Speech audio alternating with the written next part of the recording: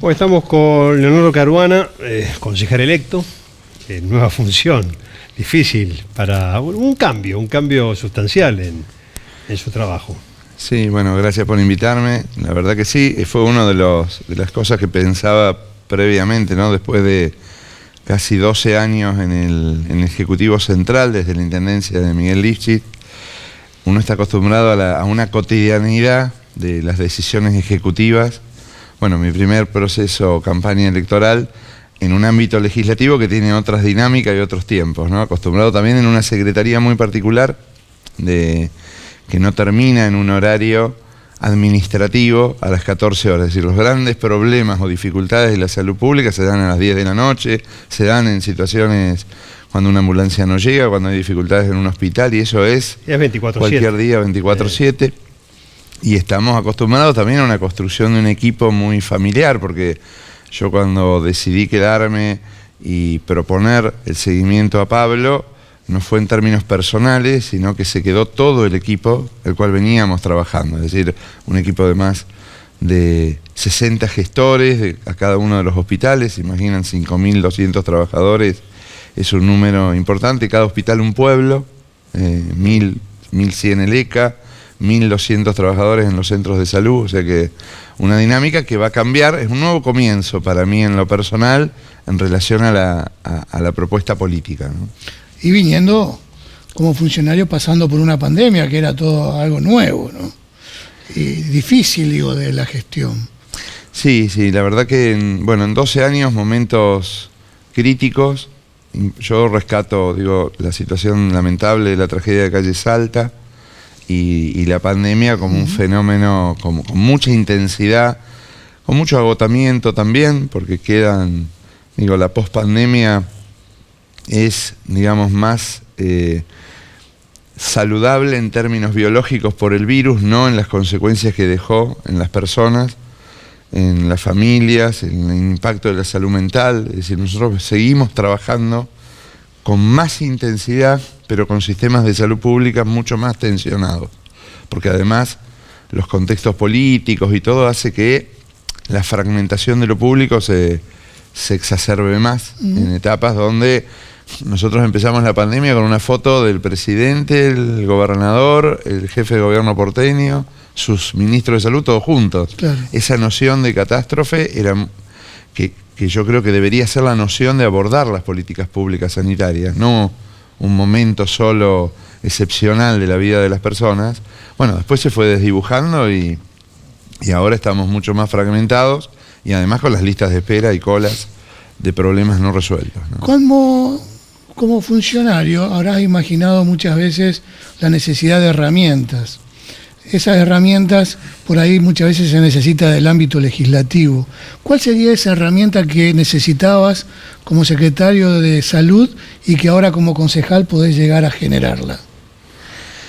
Bueno, yo creo que el ámbito legislativo local tiene su impacto para el funcionamiento de salud. Creo que lo tiene en relación a, por ejemplo, cosas a futuro. Es decir, yo creo que muchas de las cosas que nosotros hicimos en la pandemia, haber construido una mesa de información con estadísticos, investigadores, comunicadores, que puedan dar cuenta de un fenómeno tan terrible con números, con datos, eso no lo teníamos antes. Me parece que el Consejo puede plasmarlo en ordenanzas para que, independientemente de los colores políticos, que es lo que pasa en Europa, es decir, independientemente de los cambios, en general se preservan determinadas direcciones de las políticas públicas, que esas cosas estén.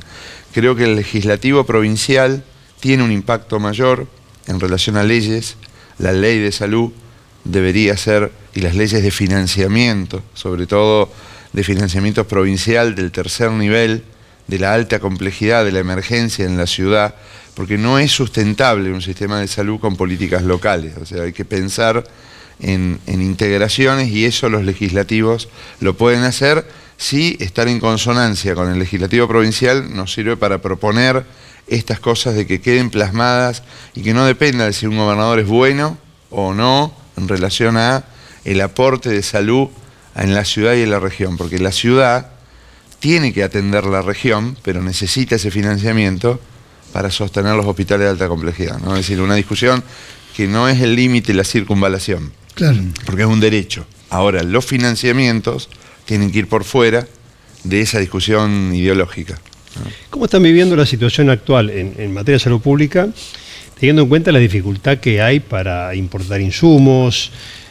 Hoy veía también una declaración de bioquímicos respecto a las tremendas dificultades que tienen y que tienen para 20, 25 días como para...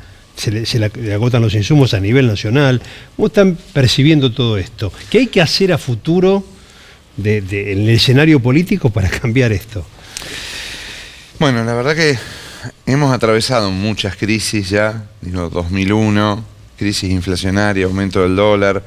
Nosotros tenemos un vínculo con nuestros proveedores estable, es decir, no es que, y un vínculo de mayor confianza en relación a la posibilidad de sostenimiento, pero la situación empieza a ser día a día, es decir, semana a semana, las compras, eso lleva a tensiones, dificultades. No estamos atravesando un momento de no tener insumos, tenemos nuestras reservas y además los proveedores se presentan.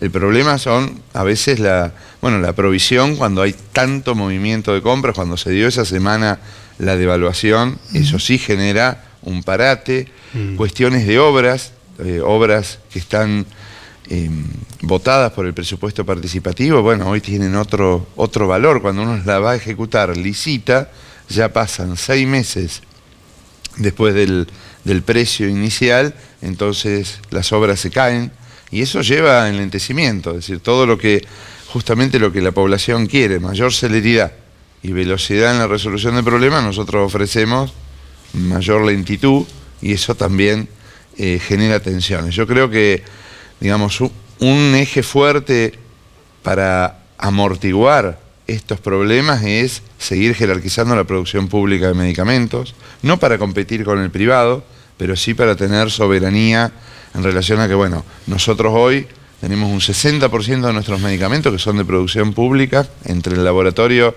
de Especialidades Médicas de la ciudad y el LIF. Eso es muy importante. El suero fisiológico de producción pública, eso no entra en los carriles del dólar y del insumo importado.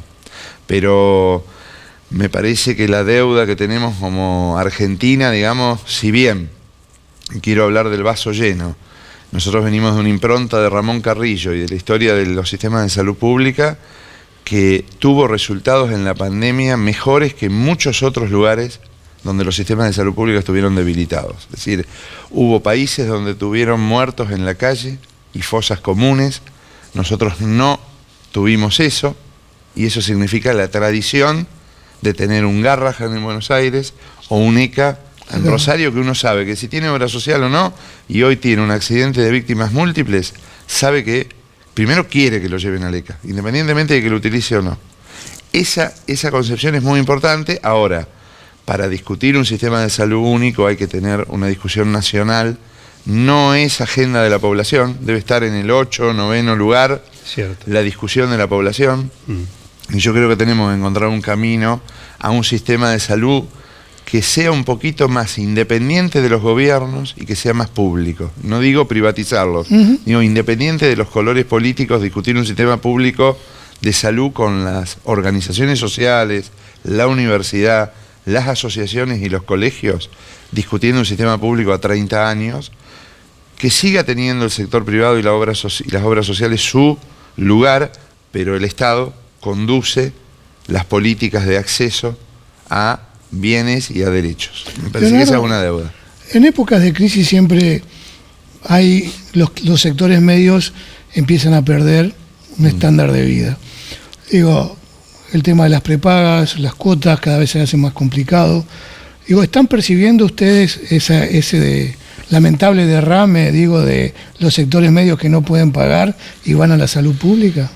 Sí, nosotros lo vemos, es decir, vasos comunicantes, en el cual, esto empieza en los 90, cuando la reforma del sistema de salud se piensa desde lo económico y no se contemplan los múltiples vasos comunicantes que hay de subsidio del sector público al sector privado. La ley SAMCO, población que tiene obra social pero va al sector público. Bueno, y en épocas de contracción económica, de ahorro familiar, Las personas, el copago, el coseguro, que no pueden a pagar, digamos, en el sector privado, empiezan a utilizar parte en el sector público. Y esto se ve, además, de gente que queda sin trabajo o sin trabajo estable y empieza a incorporarse con apertura de historias clínicas. Ya el director del centro de salud lo dijo, se incrementan las consultas de apertura de historias clínicas y además consultas en salud mental. Es decir, cuando hay problemas, los consumos, la violencia, las desigualdades, hace que la consulta a salud mental haya incrementado, bueno, en un 30-40% con respecto a los últimos 2 años, ¿no? Intento de suicidio. Doctor, muchísimas gracias por haber venido. No, gracias a ustedes. Gracias. Gracias. Seguimos en Hora Política.